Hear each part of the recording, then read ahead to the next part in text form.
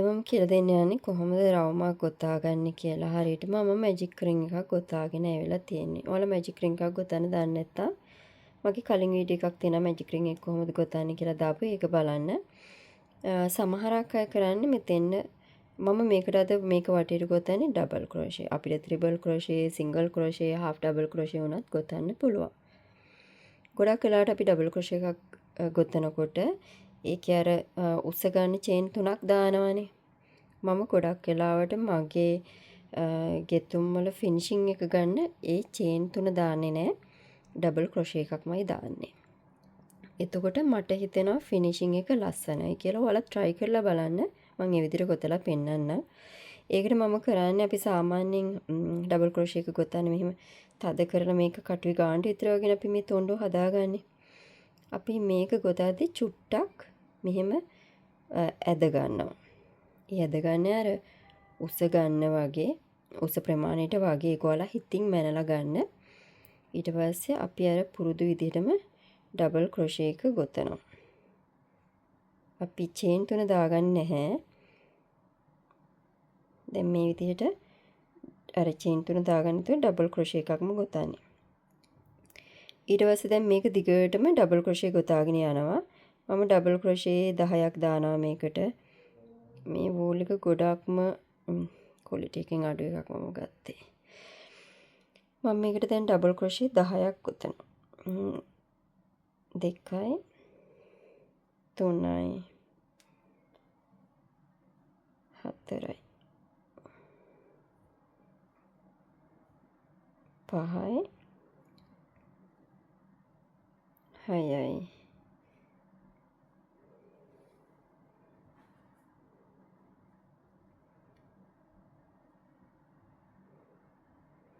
මේ නූල ලිහෙන්නේ මේ ක්වොලිටි එක ගොඩක් හොඳ නැති හින්දා 7යි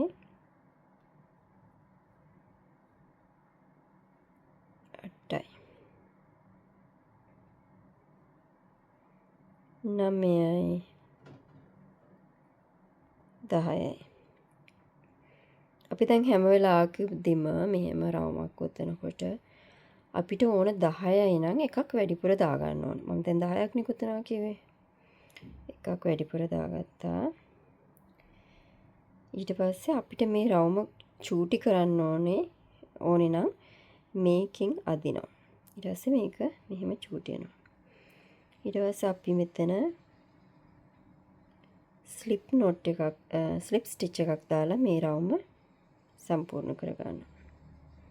දැන් අපිට දෙවෙනි රවුමට යන්න තියෙනවා. දෙවෙනි රවුමෙදිත් ඔයාලා ඉගෙනගෙන ඇත්තේ මෙතන චේන් 3ක් දාලා කරන්නේනේ. මම මෙතනදිත් කරන්නේ චේන් 3ක් දාන්නේ නැහැ. ඩබල් ක්‍රොෂේ එකක්මයි දාගන්නේ. චුට්ටක් දිගට ඇදලා ගත්තා. ඩබල් ක්‍රොෂේ එකක්ම දාගත්තා. 1යි 2යි. ඊට පස්සේ මේ රවුමේදී අපි කරන්නේ මේ හැම එකකටම 2 ගානේ ගොතාගෙන යනවා. 1යි 2යි.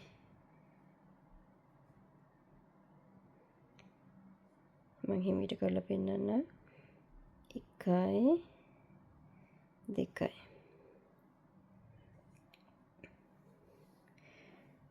දැන් තියෙන්නේ මේක වටේටම 2 ගානේ ගොතාගෙන යන්න. මම 2 ගානේ ගොතාගෙන ආයෙත් ඔයාලා හම්බෙන්න එන්න. 1යි 2යි. මෙහෙම දිගටම ගොතාගෙන යන්න 2 ගානේ. මම දැන් 2 ගානේ ගොතාගෙන ඇවිල්ලා තියෙන්නේ. ඊට පස්සේ අපි මෙතන ස්ලිප් ස්ටිච් එකක් දාලා මේක රවුම සම්පූර්ණ කරගන්න. ඔයාලට වැරදි කියලා හිතෙනවා නම් මෙතෙන් මාකර් එකක් දාගන්න. එතකොට ඔයාලට වැරදෙන්නේ නැහැ. මම දැන් ආයෙත් කරන්නේ චේන් 3ක් ගොතන්නේ නැහැ. ඩබල් ක්‍රොෂේ එකක්ම මේකට ගොතා ගන්නවා. හරි. දැන් අපි මේ වටේදී කරේ හැම එකකටම 2 ගානේ දැම්මා. මේ වටේදී කරේ මේ වටේදී එක ගානේ ගොතාගෙන ගියේ. මේ වටේදී අපි හැම එකකටම 2 ගානේ ගොතාවුවා. දැන් අපි තුන්වෙනි වටේදී කරන්නේ පළවෙනි එකට 2යි ඊළඟ එකට 1යි. ඊට පස්සේ එකට ආයෙත් 2ක්.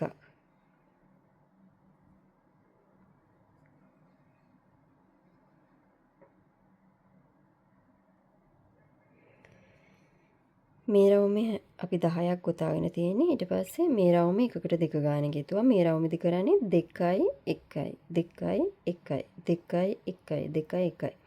ඔහොම ඉවර වෙනකන් අපි මේ පැටර්න් එකට තමයි ගොතන්නේ. දැන් මම ඊළඟ එකට දාගන්න ඕනේ එකක්නේ. 1යි ඊළඟ එකට 2යි.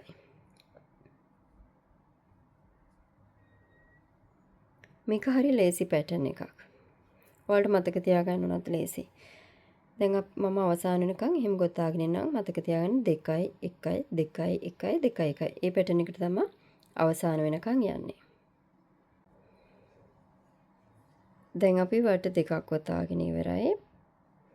මේක දෙවෙනි වටේ, තුන්වෙනි වටේ. තුන්වෙනි වටේදී අපි කරන්නේ පළවෙනි එකට 2යි, දෙවෙනි එකට 1යි, ඊළඟ එකට ආයේ 2යි, 2යි 1යි 2යි 1යි එහෙම අවසාන වෙනකන් ගොතනවා. මම ආයෙත් චේන් 3ක් දාගන්නේ නැහැ. මේකට ඩබල් ක්‍රොෂේ එකක්මයි ගොතාගන්නේ. 1යි 2යි ඊළඟ එකට 1යි. ඊළඟ එකට 2යි.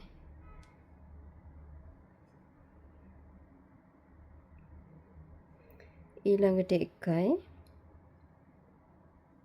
ඊළඟ එකට 2යි.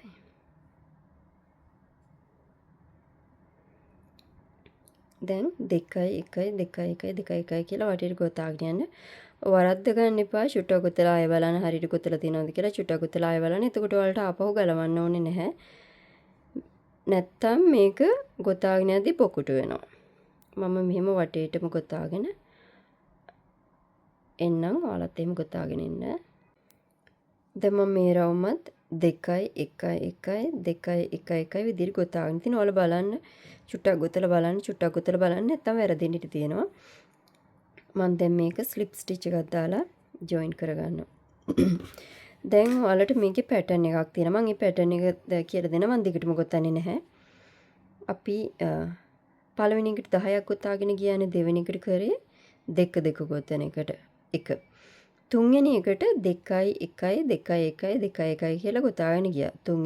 හතරවෙනි එකට 2යි 1යි 1යි 2යි 1යි 1යි 2යි එහෙමනේ ගොතාගෙන ගියේ. ඊට පස්සේ මේ පේලේ අපි ගොතන්නේ 2යි 1ව 3යි 2යි 1ව 3යි. හොඳට බලා ගන්න. මේ රවුමේදී 2 2 ගොතාගෙන ගියා. මේ රවුමේදී 2යි 1ව 1යි 2යි 1ව 1යි. ඊට පස්සේ මේ රවුම 2යි 1ව 2යි. එතකොට 2යි 1යි 1යි 2යි 1යි 1යි. ඊට පස්සේ මේ රවුමේදී 2යි 1යි 1යි 1යි. ඒතර මේ රවුමේදී 2ව 1යි. ඊට පස්සේ 1ව 3ක් යනවා. මේ රවුමේදී 1ව 2යිනේ ගියේ. 1ව 3ක් යනවා. ඊට පස්සේ ආයෙ 2යි 1ව 3යි 2යි 1ව 3යි. ඊළඟ රවුමේදී අපි ගොතන්නේ 2යි 1ව 4යි 2යි 1ව 4යි. ඊළඟ රවුමේදී 2යි 1ව 5යි 2යි 1ව 5යි. එහෙම. ඊළඟ රවුමේදී 2යි 1ව 6යි 2යි 1ව 6යි. ඊට පස්සේ ඔයාලට මේක ඕන තරම් ලොකු කරලා ගොතාගෙන යන්න පුළුවන්. ඉතින් මං හිතනවා ඔයාලට හොඳට තේරෙන්නේ නැති කියලා. ඔයාලට මොනවා හරි ප්‍රශ්න තියෙනවා නම් මට කමෙන්ට් එකක් විදිහට කියන්න. මම ඒකට පුළුවන් වෙලාවක උත්තරයක් දෙන්න. ඉතින් අපි ආයෙත් වීඩියෝකින් හම්බෙන්න බලාපොරොත්තු වෙමි. මම ඔයාලගෙන් සමු ගන්නවා. සුබ දවසක්.